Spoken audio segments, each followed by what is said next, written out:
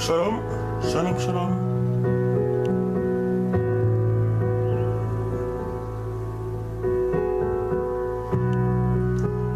Voilà, émission Savane sur l'Afrique, meilleur continent, berceau de l'humanité.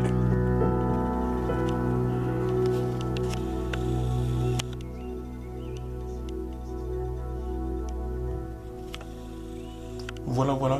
Enfin bref. En fait, c'est juste une vidéo rapide.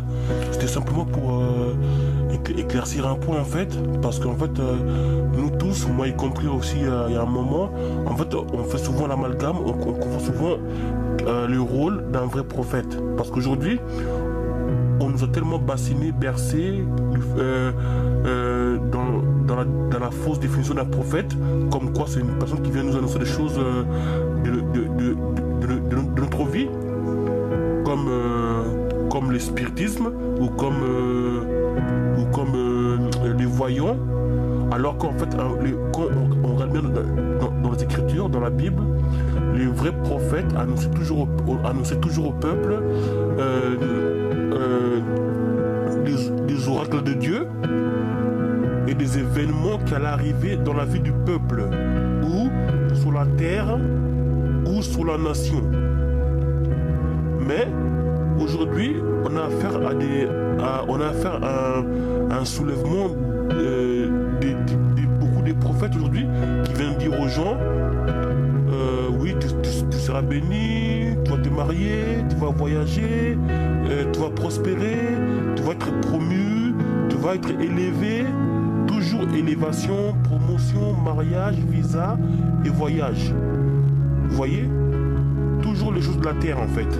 Alors que lorsque nous lisons la Bible, nous voyons que les vrais prophètes annoncent toujours au peuple les oracles de Dieu concernant la nation, la terre ou les prophéties générales sur l'humanité. Mais, et surtout, si vous remarquez bien, la plupart des vrais prophètes, là je parle bien des vrais prophètes, la plupart des vrais prophètes ont toujours été mal reçus, rarement aimés, appréciés. Pourquoi? Parce que tout ce que les vrais prophètes annonçaient n'arrangeait pas forcément les gens. Les gens, ils préféraient écouter des chimères. Et aujourd'hui, il n'y a rien de nouveau sous le soleil. Comme dira l'apôtre Paul dans 2 Timothée 4, que les gens n'aiment plus la saine doctrine, donc ils ont la démangeaison d'attendre quelque chose d'agréable au lieu d'écouter la saine doctrine, donc la parole pure, ou les prédications véridiques et bibliques. Ils préfèrent écouter des fables, ils préfèrent écouter des faux docteurs qui leur annoncent des choses sur leur vie qui les arrangent en fait. Quand bien même ils vivent dans le péché, mais ils ne veulent pas qu'on touche à ce point-là. Et quand on y touche, ils commencent à dire qui êtes-vous pour juger? Est-ce que vous êtes mieux? Vous-même, regardez-vous. Vous voyez? En fait, aujourd'hui, on vit un temps où limite, il ne faut plus rien dire en fait. C'est en gros, chacun fait ce qu'il veut.